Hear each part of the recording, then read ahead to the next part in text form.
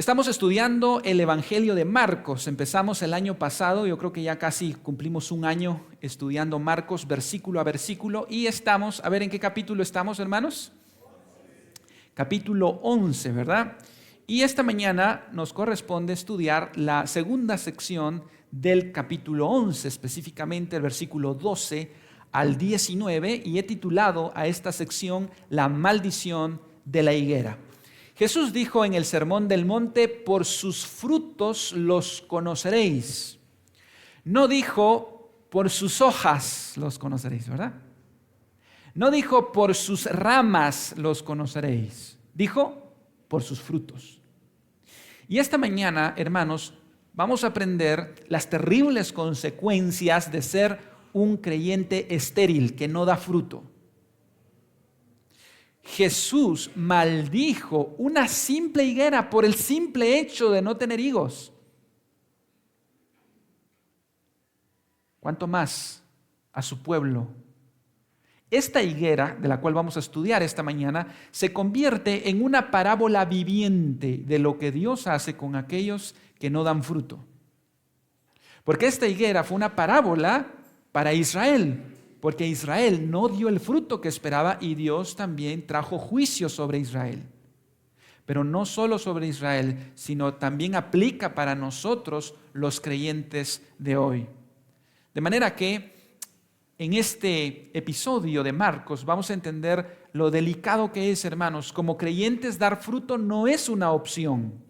No podemos ser creyentes estériles porque viene una maldición. Y es delicado hablar acerca de este tema y es importantísimo también. Así es que espero que a medida que avanzamos en este tema, nuestros corazones, hermanos, sean movidos al arrepentimiento y a la reflexión. Vamos a dividir este pasaje en dos encabezados principales. He titulado del versículo 12 al 14, hojas sin fruto, donde vamos a ver por qué Dios maldijo la higuera. Y el segundo encabezado será religión sin conversión, del verso 15 al 19. De manera que este será nuestra ruta de esta mañana para el sermón. Vamos a estar estudiando en nuestras Biblias el texto que está en Marcos capítulo 11, verso 12 al 19, y los pasajes que estén fuera de Marcos los vamos a ver en la pantalla. Así es que tomemos nuestra Biblia y vamos a la sección que tuvimos la lectura bíblica esta mañana, Marcos capítulo 11, versículo 12. Y vamos a leer en nuestra Biblia lo que tiene esta sección. ¿Lo tienen, hermanos? Marcos 11, 12 dice lo siguiente: al día siguiente, cuando salieron de Betania, tuvo hambre. Al día siguiente. Recordemos, hermanos, que estamos en la última semana de vida terrenal de Cristo aquí en este mundo. Esta semana es conocida como la semana de la pasión de Cristo. La semana pasada estudiamos lo que sucedió en Domingo de Ramos, aquel domingo cuando Jesús entró en Jerusalén. Vimos los preparativos de su entrada, el medio de transporte que él utilizó, vimos la caravana y también el mensaje de Jesús al llegar a Jerusalén. Este versículo dice al día siguiente, es decir, día lunes. Jesús va a regresar a Jerusalén y los días que vivirá a continuación serán muy, muy intensos. El viernes Jesús va a ser crucificado. Estamos al lunes. Y es maravilloso estudiar estos últimos días. Y a estos últimos días es que el Evangelio, los 4 evangelios le dan más énfasis. El Evangelio de Mateo dedica un cuarto de su contenido a hablar de esta última semana. El Evangelio de Marcos dedica un quinto de su contenido para hablar de esta semana. El Evangelio de Lucas agrega una gran parte también de su contenido y el Evangelio de Juan, la mitad de todo su Evangelio, a hablar de estas últimas semanas, de estos últimos días de Jesús. Él se fue a Betania el día domingo, no durmió en Jerusalén y ahora dice al día siguiente, cuando salieron de Betania, tuvo hambre. Regresa ahora, va Jesús de camino nuevamente a Jerusalén y cuando va, él tiene hambre. Y esto nos recuerda que Jesús era 100% humano, como usted y como yo. Él tenía hambre por las mañanas, él tenía sed, él también se cansaba, él tenía sueño. en cierta ocasión lo vimos durmiendo en el barco. Él era como usted y como yo. Por eso Hebreos dice que tenemos un sumo sacerdote que nos entiende y se compadece, porque Él sufrió lo mismo que nosotros hemos sufrido. Esta semana sería intensa para Jesús y en su humanidad Él sintió hambre. Algunos creen que Jesús esa mañana no había desayunado por el trajín del ministerio, estaba en sus últimos días, y cuando iba por el camino, Jesús encuentra un arbolito, un árbol de higos. Las higueras en Israel pues eran muy comunes y es un árbol que no tiene mucha altura, no crece hacia arriba, sino hacia los lados, ¿verdad? Como algunos de nosotros, ¿verdad? Que no crecemos hacia arriba, más nos vamos por los lados. Así son las ramas de higos o los árboles de higos. Y Jesús, cuando va en el camino, se encuentra y trata de saciar su hambre en esta higuera. Veamos ahora el versículo 13. Y viendo de lejos una higuera que tenía hojas, fue a ver si tal vez hallaba en ella algo, pero cuando llegó a ella, nada halló sino hojas, pues no era tiempo de higos. Me llama mucho la atención, hermanos, la simplicidad de Jesús en su estilo de vida. Comiendo en una mata o en un arbolito a la orilla del camino. Recordemos que Jesús nos enseñó el reino al revés. Para los reyes de la tierra eso sería humillante, pero no para el Rey de Reyes. Y es curioso, ¿verdad?, ver al Rey de Reyes y Señor de Señores tratando de calmar su sed en un árbol en el camino. La vida de Jesús era sencilla, no necesitaba mucho. Pero resulta que no halló nada. No halló nada. Esta higuera era estéril, no tenía fruto. ¿Y saben qué llama la atención, hermanos? Es que Jesús nunca utilizó su naturaleza divina para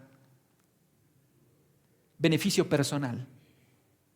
¿Será que Jesús no podía multiplicar o hacer milagrosamente que salieran higos? Jesús multiplicó de 5 panes y 2 peces para una multitud de 5,000. Para Jesús hubiese sido fácil, pero no halló fruto y no usó sus poderes sobrenaturales para saciar. Es más, en la tentación, ¿se recuerdan?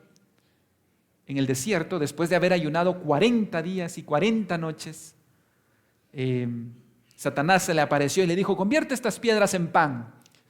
Tampoco Jesús utilizó su naturaleza divina para poder hacer esto.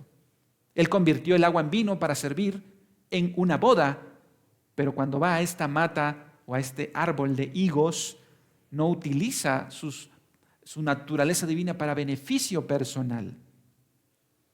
Ahora, despierta ciertas preguntas el texto, porque si usted se dio cuenta, dice a la parte final que no halló higos. ¿Por qué no halló higos? Porque no era tiempo de los higos.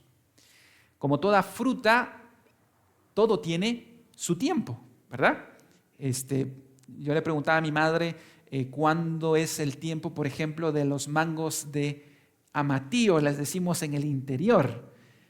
Aquí creo que le llaman de leche, porque aquí todo se ha perdido, hermanos, el concepto original, pero en el interior tenemos el nombre que Adán le dejó a los mangos de amatillo y se llaman mangos de amatillo. No sé cómo le dicen en El Salvador a los mangos de leche o les dirán, ¿no hay? Ay, miren.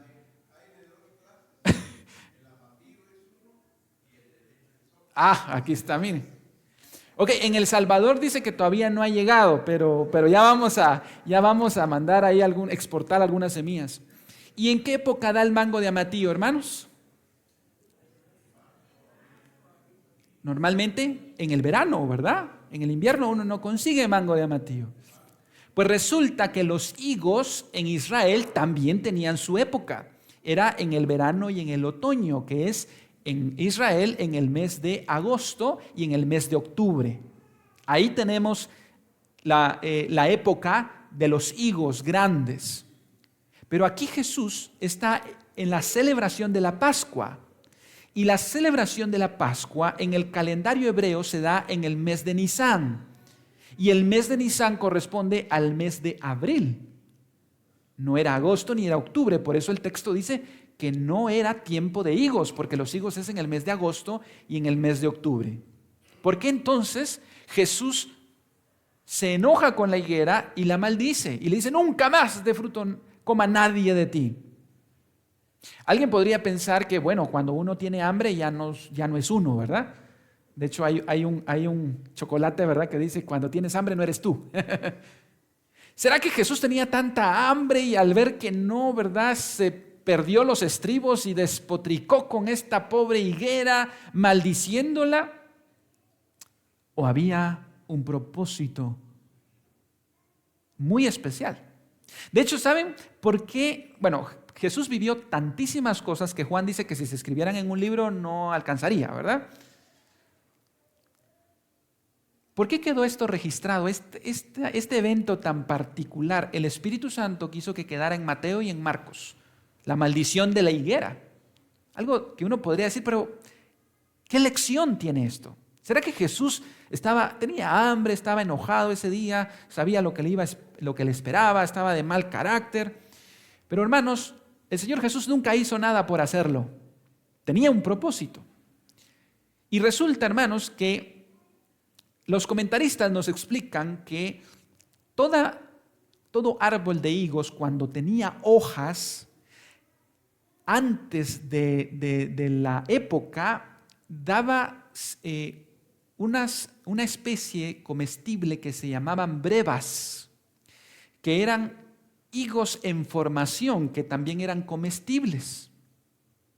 De manera que antes de los higos estaban estas brevas, que los hebreos conocían con el nombre de hax. Y estas servían también para alimentarse. Cuando una higuera en primavera, en el mes de abril, tenía hojas, es porque tenía brevas para comer. Por eso dice el texto, si volvemos a leer en el versículo 13, y viendo de lejos una higuera que tenía hojas, por eso Jesús se acerca a ella, porque tenía hojas, por lo tanto era natural que tuviera esas brevas que preparaban para la época de los higos. Si una higuera tenía hojas pero no tenía brevas, eso significaba que iba a ser estéril todo el año. Significaba dos cosas. Una es que esa mata se estaba muriendo y que estaba seca por dentro o estaba enferma. Así es que Jesús se acerca a este arbolito de higos porque tiene hojas. La fachada estaba muy buena, estaba frondosa. Parecía que tenía brevas, pero en realidad no tenía nada. Y vean la reacción de Jesús en el versículo 14. Entonces Jesús dijo a la higuera, nunca jamás coma nadie fruto de ti. ¿Y lo oyeron? ¿Quiénes dice? Sus discípulos. Nunca nadie más tome fruto de ti. En todos los evangelios es el primer milagro que Jesús no hace para restauración, sino para destrucción. En todos los evangelios es el primer milagro que Jesús no usa para sanar, sino para enfermar y destruir. No nos confundamos, hermanos. La humildad de Jesús no es igual a debilidad. Él tiene el poder para sanar, pero también para enfermar. Él tiene el poder para dar vida, pero también para dar muerte.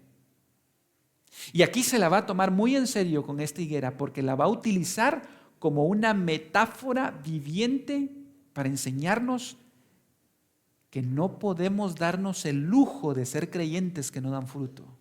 Y esto es delicado, hermanos, porque esto será esta parábola que el Señor nos va a ampliar la visión. Esta higuera, la fachada era bonita, el follaje era bonito, por fuera se miraba linda, Pero cuando usted se acercaba no había fruto, no había nada, era estéril, estaba enferma, se estaba secando por dentro.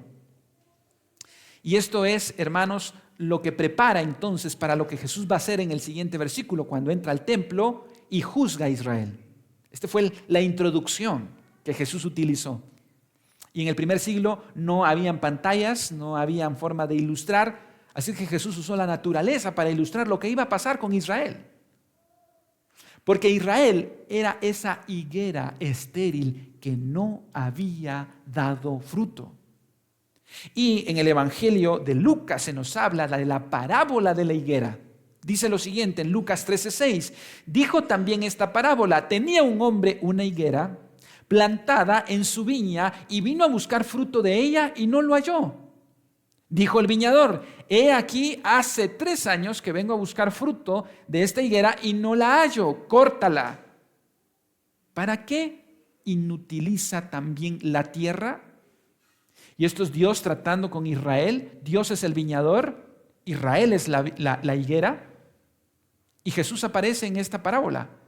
Él entonces respondió, le dijo: Señor, déjala todavía este año hasta que yo cabe alrededor de ella y la abone. Y si diere fruto, bien, y si no, la cortarás después. Jesús fue el último que llegó a Israel para abonar esa viña, esa higuera, para intentar que dé fruto. Pero la dureza de Israel llegó a su límite. Y lo que nos está diciendo la higuera de Marcos 11 es que llegó el tiempo de cortarla. ¿Cuántos siglos esperó Dios que Israel diera fruto? Y lo que hizo fue matar a los profetas que llegaban. Lo que hizo Israel fue matar a los maestros llenos del Espíritu que él sí llevó, a los profetas verdaderos, e Israel los mató, los apedreó y los tiró. Así es que Jesús es el último profeta que llega a Israel para solicitar el fruto esperado, pero no dio. Dios tuvo paciencia, pero hermanos, como dice Eclesiastés, todo tiene su tiempo. Y el tiempo de cortar el árbol que no da fruto había llegado. Y esta higuera era una metáfora de lo que Jesús iba a hacer. Aprendemos, hermanos, que la paciencia de Jesús tiene un límite. Que Él nos espera, que Él nos abona, que Él nos poda. Pero no podemos estar toda la vida sin dar fruto. Hubo una maldición para la higuera y hubo una maldición también para Israel.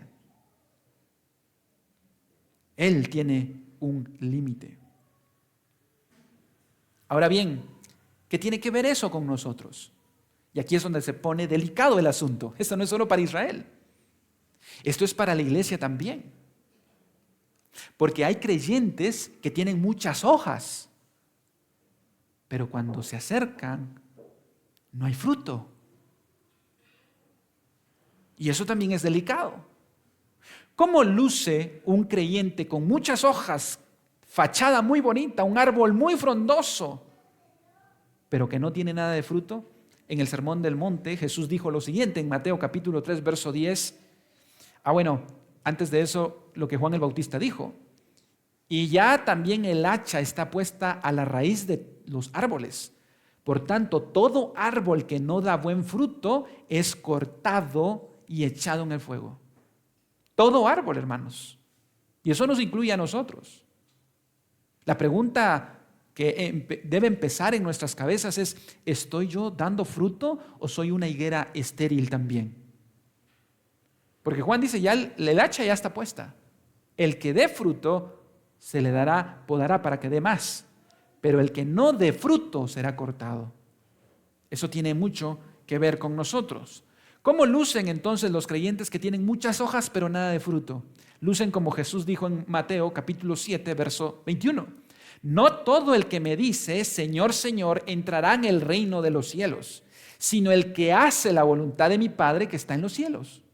Muchos me dirán en aquel día, Señor, Señor, ¿no profetizamos en tu nombre y en tu nombre echamos fuera demonios y en tu nombre hicimos milagros? Y entonces les declararé, nunca os conocí, apartaos de mí, hacedores de maldad.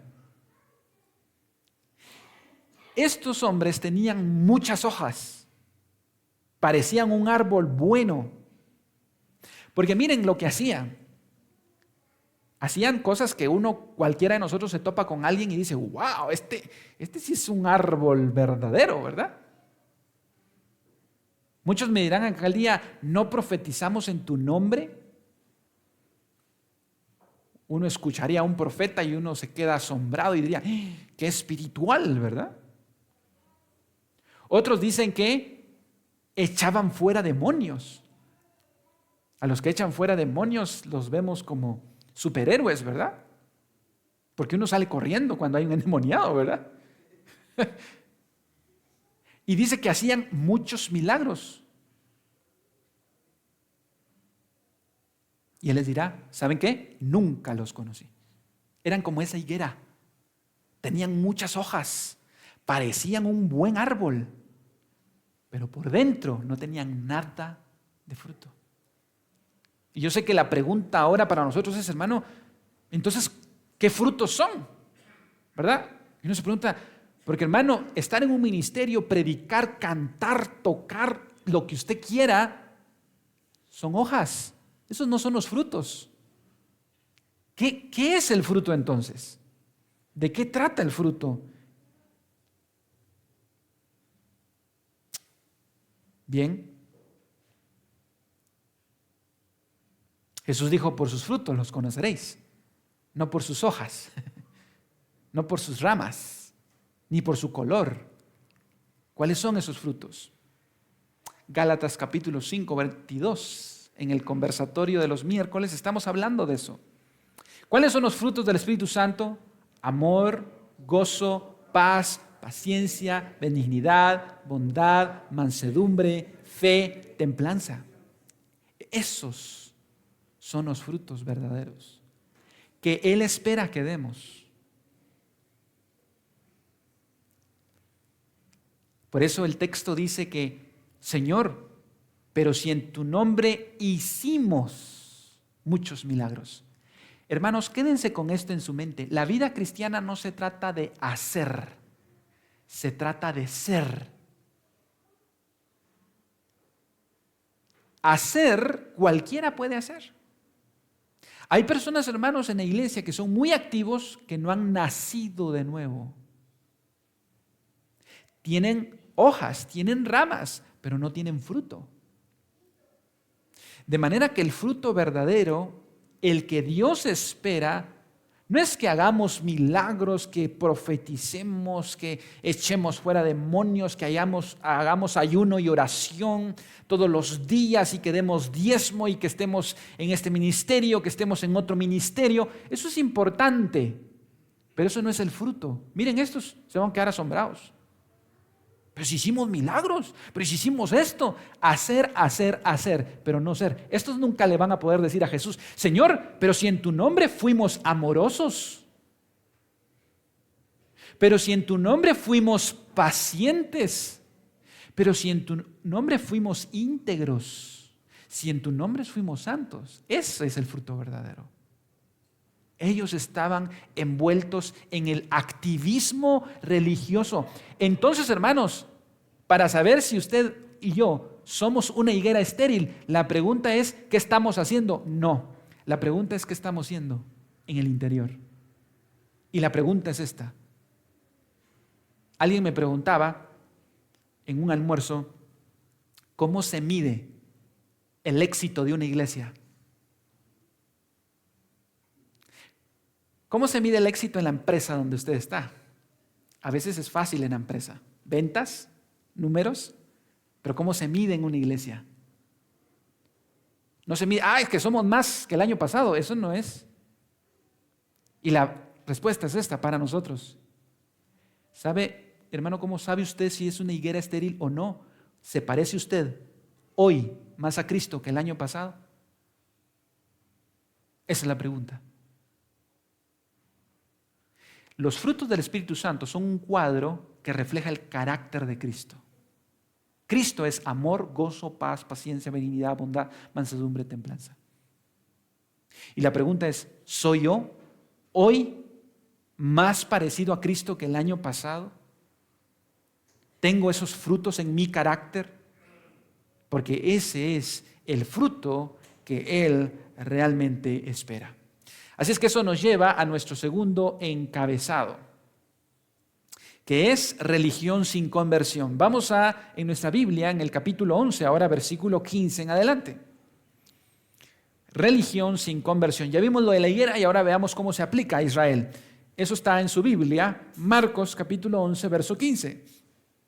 Después de que Jesús maldijo la higuera, en el verso 15 dijo, vinieron pues a Jerusalén y entrando Jesús en el templo comenzó a echar fuera a los que vendían y compraban en el templo y volcó las mesas de los cambistas y las sillas de los que vendían palomas y no consentía que nadie atravesase el templo llevando utensilio alguno.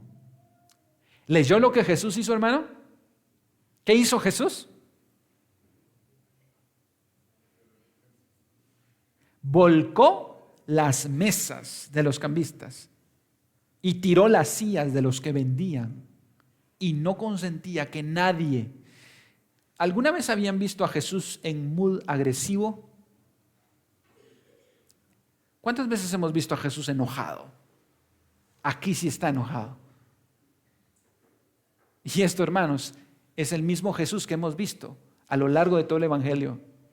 Y por eso digo, no dar fruto es algo que nos debe hacer pensar. Porque la maldición de esa higuera anticipaba la maldición sobre Israel. Había llegado el tiempo de juicio para Israel. Porque fue una higuera que no dio el fruto esperado.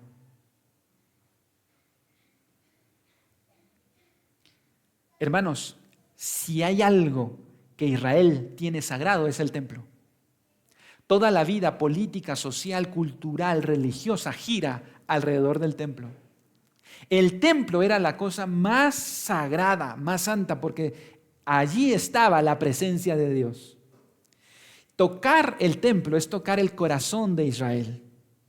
Y Jesús llega a la capital de Jerusalén y ahora entra al epicentro de Jerusalén y es el templo. Y hermanos, Jesús fue a hacer un relajo allí. Agarró las mesas, las tiró, pateó las mesas, las sillas, porque el tiempo había llegado. Ahora tenemos que entender por qué hizo esto Jesús. El templo, hermanos, era el lugar que simbolizaba la presencia de Dios. Y era el lugar donde Dios se comunicaba con su pueblo. Y Dios había instaurado en el templo un sistema de sacrificios todos los días. Este sistema de sacrificios era que había que sacrificar un cordero, un buey, una paloma, depende, para recibir el perdón de sus pecados. A lo largo de toda la vida del templo, Jesús o Dios estaba enseñándole un principio importante al pueblo de Israel. El pecado no se toma a la ligera. 2, para que haya perdón, se requiere la muerte del inocente. Sin sangre no había perdón de pecado. Ese era el mensaje que tenía el sistema de sacrificios. Hebreos capítulo 9, verso 22 dice, según la ley, casi todo es purificado con sangre y sin derramamiento de sangre no hay perdón de pecado. Ese era el mensaje del templo. Por lo tanto, los sacrificios eran continuos en el templo. Sin embargo, los principales sacerdotes habían convertido todo esto en un negocio, en corrupción, y habían, hermanos, torcido el propósito de esto. Resulta que en el templo tenía varios apartados, varios atrios, y uno de ellos, y esto me llamó mucho la atención, es que tenía un atrio para los gentiles, para los extranjeros. Había un patio para ellos. Es decir, desde el Antiguo Testamento la visión de Dios siempre fue global. Fue elegir a Israel para hacer luz a las naciones. Pero Israel se volvió egocéntrica y egoísta. Y decidió que en el atrio de los gentiles iban a poner todas las ventas de bueyes y de ovejas, lo cual hizo que se volviera un gran negocio, porque para sacrificar una oveja tenía que ser una oveja sin defecto, una oveja saludable. Todo animal debía ser lo mejor posible. Cuando alguien venía con un buey o con una oveja que él mismo había criado, los que vendían para el sacrificio, porque esa oveja tenía que ser certificada, tenía que ser dado el visto bueno del sacerdote, le decían: no, esa tiene algún defecto, mejor compre aquí con nosotros el puesto certificado, ¿verdad? Y se lo vendían al doble. Por el otro lado, en este patio venían extranjeros que no podían venir cargando sus ovejas y sus bueyes desde Etiopía o desde Egipto para llegar a Israel. Lo compraban ahí. ¿Y sabe quién era el dueño de esos puestos de venta? El sumo sacerdote. ¿Y sabe quién era el que sacrificaba? El sacerdote. Así es que era un negocio redondo, porque lucraban con la adoración a Dios. Ellos tenían el mayor puesto de venta.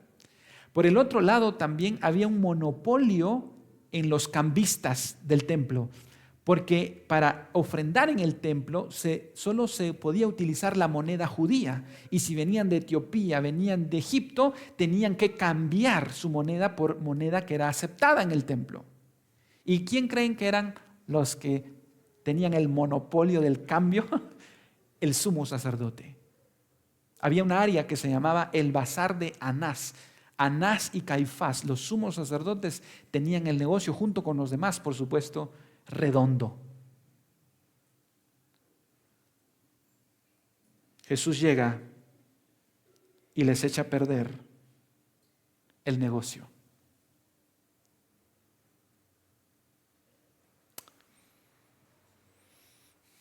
Curioso, hermanos, que los judíos estaban esperando que el Mesías echara a los gentiles, a los romanos. Y Él no vino a echar a los gentiles, Él vino a echar a los judíos del templo, para que los gentiles pudieran regresar. Echó a los que estaban vendiendo para que ese atrio quedara libre, para que los gentiles pudieran venir. Y Jesús se enojó. Y aquí podemos ver, hermanos, que el juicio no vino para los romanos, en primer lugar vino para Israel. Y 1 Pedro 4, 11, verso 17, y les enseñaba diciendo: ¿no está escrito, mi casa será llamada casa de oración para todas las naciones? Mas vosotros la habéis hecho, ¿qué dice? Cueva de ladrones.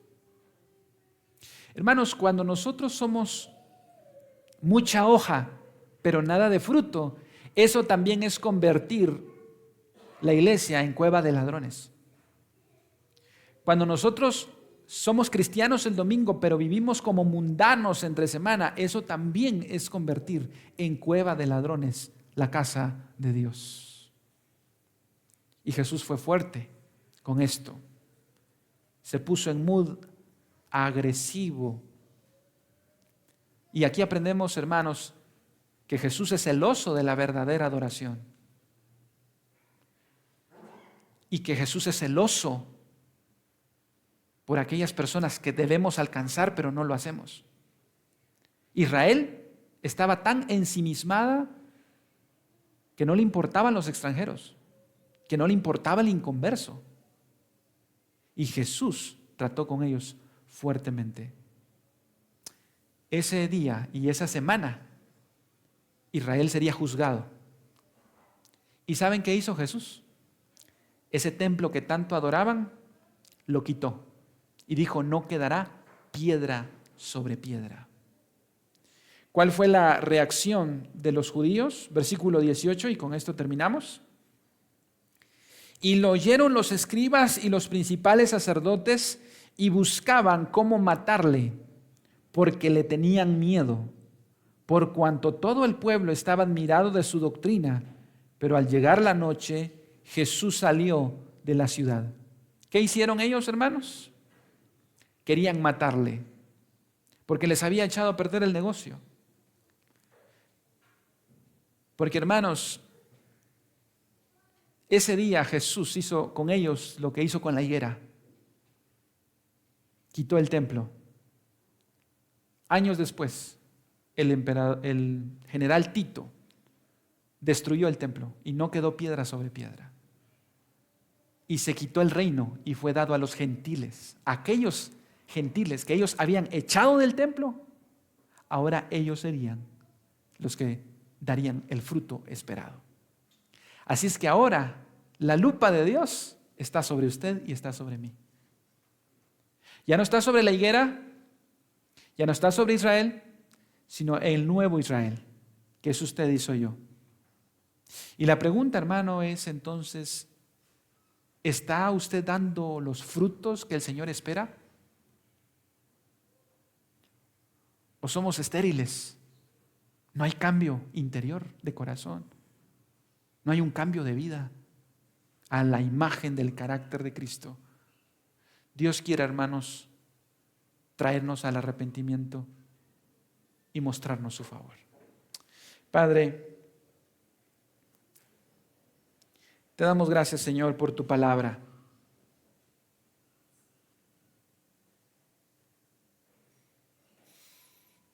Señor, perdónanos cuando nos acomodamos a no dar fruto, a seguir siendo, Señor, estériles. Señor, ayúdanos a dar fruto para la gloria y la honra de tu nombre. Que seamos una iglesia que da fruto, Señor. Que nuestra meta sea parecernos al carácter de Cristo. Ser más amorosos, íntegros, santos. En 1 Corintios 13, Pablo nos hablaba del amor y decía, el amor es sufrido, el amor no hace nada indebido. Ayúdanos a dar ese fruto del amor, del Espíritu. Ese cuadro que se pinta del carácter de Cristo sea en nosotros, amado Padre. Y si hay alguien, Señor, que durante su vida ha tenido una vida estéril espiritualmente, ayúdanos a movernos al arrepentimiento. A venir a ti en arrepentimiento y fe, Señor, para que tú cambies la raíz de nuestro interior para dar fruto para tu gloria. Señor, lo pedimos en el nombre de Jesús.